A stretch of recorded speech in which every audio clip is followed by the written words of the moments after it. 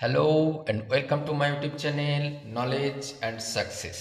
আজ দেখো উচ্চ মাধ্যমিক পরীক্ষার্থী বন্ধুদের জন্য এমবিএ কোশ্চেন পেপারের 262 পেজের কোশ্চেনের সলিউশন নিয়ে আসছি। এই কোশ্চেনগুলো সিলেক্ট করার পিছনে একটি কারণ আছে, কোশ্চেনগুলো সত্যি ধারণার উপর ভিত্তি করে অনেকগুলো কোশ্চেন দেওয়া আছে। আর এখন বর্তমানে তোমাদের সাধারণ অঙ্ক বা কঠিন অঙ্কের থেকেও ধারণার উপর ভিত্তি করে বেশি কোশ্চেন আসছে। সেই জন্য এই কোশ্চেন পেপার আশা করি তোমাদের ভীষণভাবে উপকারে আসবে। তাই আজকের ভিডিও শুরু করা যাক। প্রথমেই দেখো লেখা আছে অপেক্ষক এফএক্স সমান সাইন এক্স 1 এবং উপরিচিত্রণ হবে না যখন কতগুলো রেস্ট্রিকশান দেওয়া আছে। মনে রাখো সমস্ত বিন্দুতে তো হওয়া সম্ভব নয়।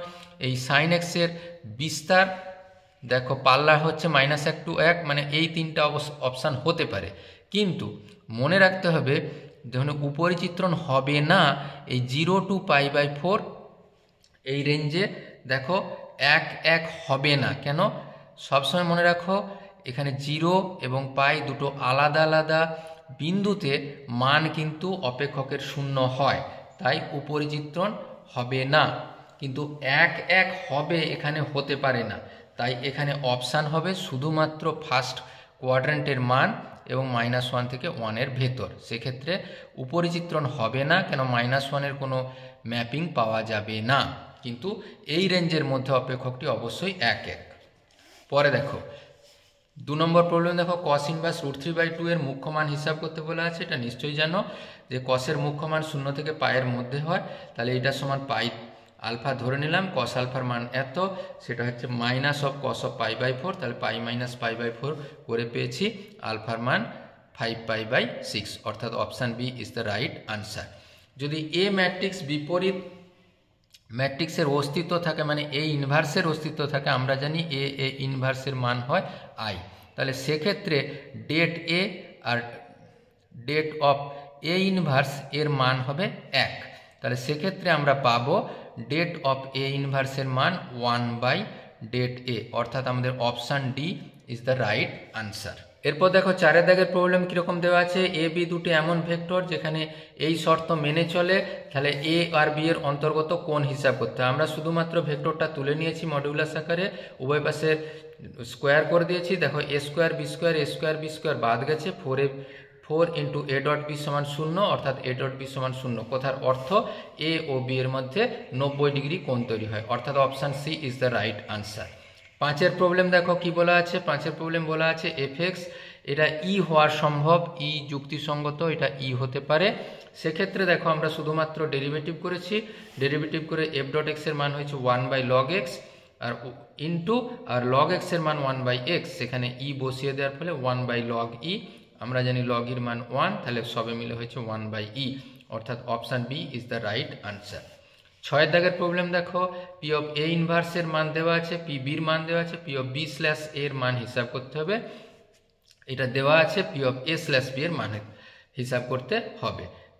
পি অফ এ কমপ্লিমেন্ট থেকে আমরা পি অফ এর মান বের করেছি 1 - 0.7 করে 0.3 হয়েছে, আর পি বির মান তো দেওয়াই আছে।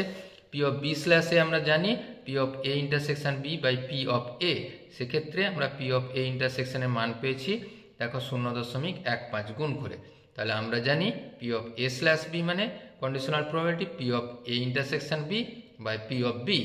এ ইন্টারসেকশন বি এর মান এখান থেকে লিখেছি, পি বির মান তো দেওয়া ছিল সেটা লিখেছি, সবে মিলে হয়েছে 13/14, অর্থাৎ option D is the right answer. Problem দেখো এরকম অপশান দেওয়া আছে, এর মান হিসাব করতে হবে। আমরা জানি integration 0 to 2a fx dx এর মান কত হয়, 2 × 0 to a fx dx, যদি এটা হয়ে থাকে মানে f অফ 2a - x এর মান যদি fx এর সাথে সমান হয়, আর যদি মাইনাসের সাথে সমান হয় পুরো মানটা হয় 0, অর্থাৎ এখানে এই অপশানটি দেওয়া আছে, অর্থাৎ 0 to 2a fx dx এর মান হবে 0। 8 প্রবলেম দেখো x সমান c বিন্দুতে কোনো অপেক্ষক অন্তর্কলনযোগ্য না হলেও অপেক্ষকটি চরম মান থাকতে পারে। অবশ্যই দেখতে পারো তোমরা এইভাবে যদি অপেক্ষকটা আঁকো, এইভাবে যদি কন্ডিশন থাকে, এখানে কিন্তু অপেক্ষকের অন্তর্কলন যোগ্য নয়, কিন্তু অপেক্ষকটার এখানে অবমান থাকতে পারে।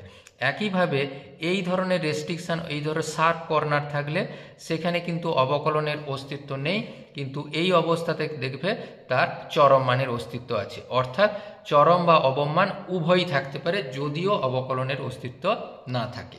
9 প্রবলেম দেখো, integration a e two the power b plus x সমীকরণ থেকে এ বি অপনয়ন করে যে অবকলন সমীকরণ পাওয়া যাবে তার ক্রম কত।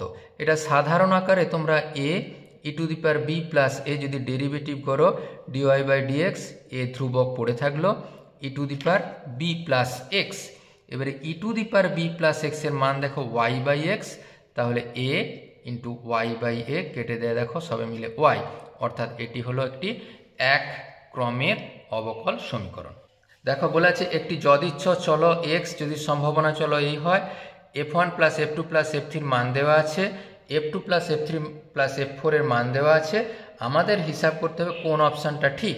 আর আমরা জানি যেহেতু যদিচ্ছ চল f1 plus f2 plus f3 plus f4 এর মান হয় 1, সেক্ষেত্রে আমরা এই অপশানটা যদি আমরা বিয়োগ করি তাহলে পেয়েছি কত, f4 এর মান 0.3। একইভাবে এইটায় যদি সমস্ত রাশিটা বসিয়ে দেওয়া হয়, f1 প্লাস এই মানটা দেখো 0.6, এখান থেকে পেয়েছি দেখো f1 এর মান 0.4, তাহলে f1 প্লাস f4 এর মান হলো 0.7। আমাদের তাহলে option B is the right answer. এরপর 2 মার্কসের কোশ্চানগুলো একটু ভালো করে দেখে নাও। এই সম্বন্ধ দেওয়া আছে, এই সম্বন্ধ সংজ্ঞাত দেওয়া আছে, তাহলে দেখাতে হবে যে পি আর সেটে একটি সংক্রমণ সম্বন্ধ দেখাতে হবে। তাহলে খেয়াল করে দেখো, যদি এবিসি সেটের এলিমেন্ট হয় এ বি থাকবে যদি এ গ্রেটার দেন বি হয়, আবার বিসি কখন থাকবে, যখন বি গ্রেটার দেন সি হয়। যদি কোনো এলিমেন্টের এ গ্রেটার দেন বি হয়, বি গ্রেটার দেন সি হয়, তাহলে আমরা নিশ্চিন্তে লিখতে পারি এ গ্রেটার দেন সি। অর্থাৎ এই এবি যদি এই সেটের অন্তর্গত হয়, বিসি যদি অন্তর্গত হয়, তাহলে আমাদের এসি অন্তর্গত, অর্থাৎ রো সম্বন্ধটি হলো সংক্রমণ। পরে দেখো সমাধান করে দেওয়া আছে sign inverse x minus cos inverse x সমান পাই বাই 2। আমরা জানি sign inverse x plus cos inverse x সমান পাই বাই 2, মাইনাসের মানটাও দেওয়া আছে, শুধুমাত্র যোগ করে নিয়েছি। তাহলে 2 সাইন ইনভার্স এক্স এর মান হয়েছে 2 ইন্টু পাই বাই 2। সেক্ষেত্রে আমরা পেয়েছি এক্স সমান সাইন পাই বাই 2 মানে 1, অর্থাৎ নির্ণয় সমাধান এক্স সমান 1। দেখো একটি ম্যাট্রিক্স দেওয়া আছে, সেটা প্রতিসম হলে এক্স এর মান নির্ণয় করতে হবে। প্রতিসম হতে গেলে কি করতে হয়, আমরা জানি প্রতিসম হলে এ ট্রান্সপোজের মান হয় এর সাথে সমান, অর্থাৎ রোটা কলাম, কলামটা রোতে ট্রান্সফার করে নিয়েছি। করতে গিয়ে কি হয়েছে দেখো, এই এলিমেন্ট আর এই দুটো এলিমেন্ট একই আছে, অর্থাৎ এই দুটো এলিমেন্ট আর এই দুটো এলিমেন্ট যদি একই হয় তাহলেই অপেক্ষকটা অবশ্যই হবে প্রতিসম, ম্যাট্রিক্সটা হবে প্রতিসম। তাহলে সেক্ষেত্রে আমরা পেয়েছি কি এক্স প্লাস 2 এর মান 2x মাইনাস 3 এর সাথে সমান করে দিয়ে এক্স এর মান পেয়েছি 5। পরে দেখো প্রমাণ করতে হবে এইটার মান এইটা। আমরা কি করেছি দেখো, এই প্রমাণটা দারুণ ইন্টারেস্টিং।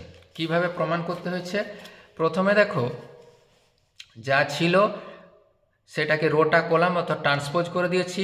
এরপরে কি করেছি দেখো, এই রোটাকে কলাম, এই রোটা ফার্স্ট রোতে গেছে আর ফার্স্ট রোটা সেকেন্ড রোতে আসছে, একটা মাইনাস হয়েছে। আবার একবার চেঞ্জ করে নিয়ে এই রো দুটোকে চেঞ্জ করে নিয়ে আরও একটা মাইনাস, মানে সবে মিলে প্লাস হয়েছে। এরপরে কি করেছি, আমরা পুরো অপেক্ষকটাকে এক্স ওয়াই জেড দিয়ে গুণ করেছি। কথার অর্থ আমরা দেখো এই বরাবর যা ছিল তাই আছে, এই বরাবর যা ছিল তাই আছে, এই কলাম এই রোটাকে আমরা এক্স ওয়াই জেড দিয়ে গুণ করেছি। আবার পরে কি করেছি, এই রো থেকে এক্স কমন নিয়েছি, এই রো থেকে ওয়াই কমন নিয়েছি, এই রো থেকে জেড কমন নিয়েছি, সবে মিলে দেখো আমরা পেয়েছি 1 1 1 এক্স ওয়াই, এটা হবে জেড, আর Y Z Z X X Y. পরে দেখো সি এ দেখা আছে এফ এক্স এর এরকম মান দেওয়া আছে, আমাদের দেখাতে হবে এটা সন্তত। আমরা জানি limit x tends to 0 x cos x এর মান হয় 0, আবার এফ জিরোর মান যেহেতু 0 বলেই দেওয়া আছে, তাই limit x tends to 0 f x এর মান এফ জিরোর মানের সাথে সমান, অর্থাৎ অপেক্ষক দুটি সন্তত। পরে দেখো এই ধরনের অপেক্ষক দেওয়া আছে, ডিওয়াই বাই ডিএক্স এর মান বের করতে বলেছে।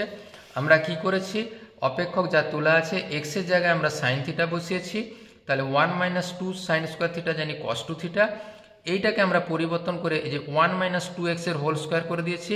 হোল স্কোয়ার করে দিলে এইটার সাথে মিলে যায়, এই 2 কমন নিয়ে, তাহলে দেখো 2, এই পুরো মানটা দেখো 2 পুরো মানটা হয়েছে cos 2 থিটা মানে cos স্কয়ার 2 থিটার সাথে সমান। তাহলে 2 cos স্কয়ার থিটা মাইনাস 1 মানে cos 4 থিটা, সবে মিলে হচ্ছে 4 থিটা। তাহলে dy বাই dx হচ্ছে 4। একইভাবে এখান থেকে আমরা dx বাই dy পেয়েছি cos থিটা। এরপর দেখো আমরা কি করেছি, এই চেন রুল ব্যবহার করছি, dy বাই dx সমান dy by d theta into d theta by dx। এটার মান পেয়েছি 4, এখান থেকে লিখেছি, এটা পেয়েছি তাহলে 1 by cos theta. 1 by cos থিটাটাকে root over of 1 minus sine square theta পেয়েছি, সাইন স্কোয়ার থিটার সাইন থিটার মান যেহেতু x, তাহলে সবাই মিলে পেয়েছি 4 by root over 1 minus X square. 3 দাগের প্রবলেম দেখো, y সমান tan inverse sec x plus tan x হলে পাই বাই 4 বিন্দুতে d2y বাই dx স্কোয়ারের মান। আমরা কি করেছি, সেকটাকে 1 বাই cos এ ভেঙে নিয়েছি, ট্যানটাকে সাইন বাই cos এ ভেঙে নিয়েছি। সবে মিলে দেখো 1 প্লাস সাইন এক্সটাকে লিখেছি cos x by 2 plus sine x by 2 whole square, আর cos এক্সটাকে লিখেছি cos square x by 2 minus sine square x by 2। একটা প্লাস পোর্শন বাদ গেছে, সবে মিলে হচ্ছে cos x by 2 plus sine x by 2, নিচে আছে cos x by 2 minus sine x by 2। এরপরে পুরো লব হরকে আমরা cos থিটা দিয়ে ভাগ করেছি, তাহলে এখানে পেয়েছি 1, এখানে tan x বাই 2 মাইনাস এটা হচ্ছে 1 মাইনাস tan x বাই 2, তাহলে হচ্ছে tan inverse tan pi by 4 plus x by 2। সবে মিলে দেখো tan ইনভার্স tan থিটা মানে থিটা, তাহলে pi by 4 plus x by 2। সেক্ষেত্রে dy বাই dx এর মান হয়েছে এখান থেকে half, R d2y by dx স্কোয়ারের মান 0, কেন এটা ধ্রুবক রাশি। তাহলে d2y by dx square at the point x equal to pi by 4 মান হলো 0। 4 প্রবলেম দেখো, xy সমান c স্কোয়ার বক্রের উপর ct c বাই t বিন্দুতে অভিলম্বের সমীকরণ।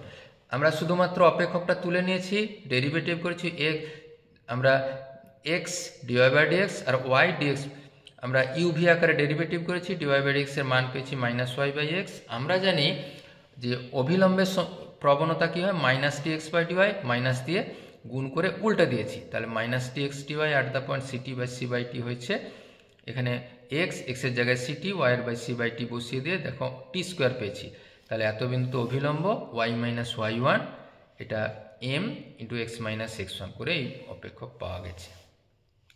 পরে দেখো, যেসব বৃত্ত x অক্ষকে মূল বিন্দুতে স্পর্শ করে, মূল বিন্দুতে এইভাবে স্পর্শ করলে এক্ষেত্রে দেখো আমরা অপেক্ষকটা লিখেছি কত, বৃত্তের সমীকরণ x minus 0 whole square plus y minus এর হোল স্কোয়ার সমান a স্কোয়ার। কারণ এখানে আমরা কেন্দ্র পেয়েছি 0a আর ব্যাসার্ধ a, এইটা প্লাস মাইনাসও তোমরা লিখতে পারতে। তাহলে পুরো অপেক্ষকটা হয়ে দাঁড়িয়েছে কোথায়, x square plus y square minus 2ay হয়েছে, a স্কোয়ার বাদ গেছে, তাহলে এই পাশে ট্রান্সফার করেছি। উভয় পাশে আমরা কি করেছি, x এর সাপেক্ষে অবকলন করেছি। অবকলন করতে দেখা 2x 2y dy by dx 2a dy by dx। এই dy বাই dx দেখো এই 2 এর মান এখান থেকে আমরা বসিয়ে দিয়েছি, x square plus y square by y বসিয়ে দিয়ে সবাই মিলে সমীকরণ পেয়েছি কত, y square minus x square dy by dx সমান প্লাস 2xy ইকুয়াল টু 0। এটাই হচ্ছে অবকল সমীকরণ। 6 প্রবলেম দেখো, দারুণ গুরুত্বপূর্ণ problem, integration dx by sine square x cos square x। আমরা কি করছি, লবে 1টাকে আমরা sine square x plus cos square x ভেঙে নিয়েছি, তাহলে এই সাইন কেটে যে sec স্কোয়ার x dx, এখান থেকে কেটে যে cos square x dx, sec square x এর ইন্টিগ্রেশন আছে tan x, আর cos স্কোয়ার x এর minus cot x plus c লিখতে যেন না ভুল হয়। পরে ডি এর প্রবলেম দেখো, a plus B plus C ভেক্টরের মান দেওয়া আছে 0, এই মান দেওয়া আছে এ বির মধ্যবর্তী কোণ। আমরা কি করেছি, a plus B plus C এর মান যেহেতু 0 আছে, এই সিটাকে ডান পাশে নিয়ে গেছি, মাইনাস দিয়েছি, এবারে উভয় পক্ষের হোল স্কোয়ার করেছি। তারপর দেখো তাহলে এই 2ab এর মান পেয়েছি কত, ac square minus square minus B square সবাই মিলে পেয়েছি 15, মান বসিয়ে দিয়ে। তাহলে আমরা জানি a ডট বি এর মান modulus of a modulus of B cos theta, তাহলে cos থিটা 15 বাই এই মডিউলাসের মানগুলো বসিয়ে দিয়ে সবাই মিলে পাওয়া গেছে 1/2। 1/2 মানে জানি cos 60 ডিগ্রি, অর্থাৎ এ ও বি এর মধ্যবর্তী কোণ 60 ডিগ্রি। পরে প্রবলেম দেখো, একটি সরলরেখার দিক কোসাইন 30 ডিগ্রি 60 ডিগ্রি 150 ডিগ্রির বক্তব্যটা ঠিক কিনা।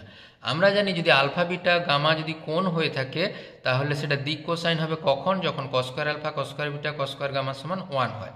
তাহলে দেখো cos square 30 degree cos square 60 degree cos square 150 degree মান বের করেছি, সবে মিলে হচ্ছে 7/4, যেটা নট ইকুয়াল টু 1, অর্থাৎ এগুলি দিক কোণগুলি কখনো হতে পারে না।